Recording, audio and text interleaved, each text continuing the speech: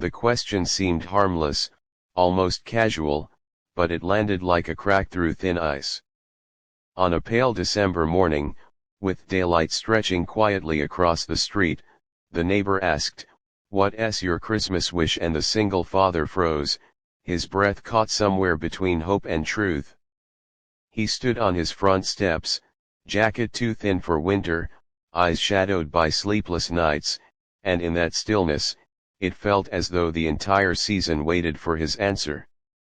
If you believe in kindness, second chances, and the quiet power of compassion, please take a moment to like, comment, share, and subscribe to the channel Dreams Journal, because stories like this remind us that even the smallest kindness can change a life. Daniel Mercer was 36 years old, but grief and responsibility had carved years into his face. Daytime was when his struggles were most visible, when the world was awake and moving forward while he tried desperately to keep up. Since losing his wife 3 years earlier, Daniel had lived life in careful fragments, structured around survival rather than dreams. He worked long day shifts at a distribution warehouse, returning home before sunset only to collapse into routines that left little room for rest. His 8-year-old son, Noah, was his anchor and his fear all at once. Every smile from the boy carried joy, but also pressure, the pressure to never fail. Across the narrow driveway lived Marianne Keller, a woman in her early 60s whose days were quiet and observant. She had spent her career as a school counselor and her retirement noticing things others overlooked. She noticed how Daniel's house never had decorations, how Noah's shoes were always clean but worn, and how Daniel smiled politely without ever relaxing. In daylight, when shadows were honest, she could see the exhaustion he tried to hide. When Marianne finally asked about his Christmas wish, she expected a simple answer, maybe a better job, maybe a peaceful holiday. What Daniel gave her instead unsettled her deeply. He spoke about wishing his son wouldn't remember how tired his father always was. He spoke about fearing the day Noah might stop asking for help because he didn't want to be a burden. He spoke about wanting time, just time to breathe, to heal, to be present. His words were calm, but beneath them was a quiet desperation that made Marianne's chest ache.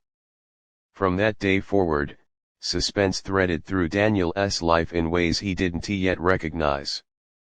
The warehouse announced potential layoffs just a week before Christmas, and Daniel felt the ground shift beneath him.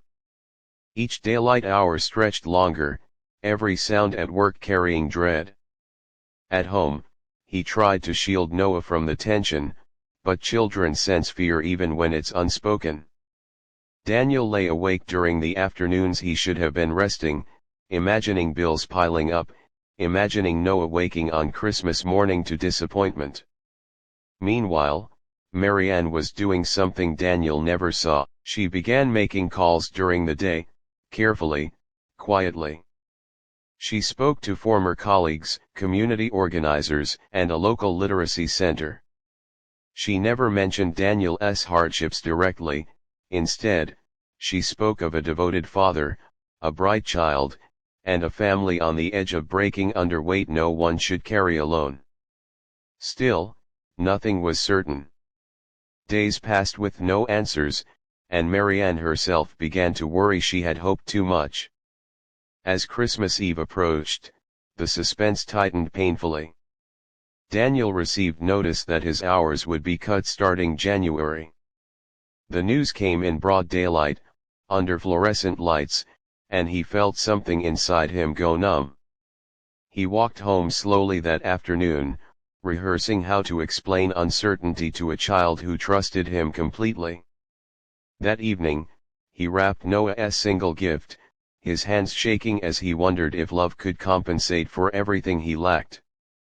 Just before sunset on Christmas Eve, Marianne knocked on his door. The daylight cast long shadows across the floor as she stepped inside, carrying no grand announcement, only a quiet certainty. What followed didn't feel like rescue, it felt like relief finally exhaling. Through connections she had fought hard to secure, Daniel was offered a daytime position at a nearby educational supply center, one that promised steadier hours and room to grow.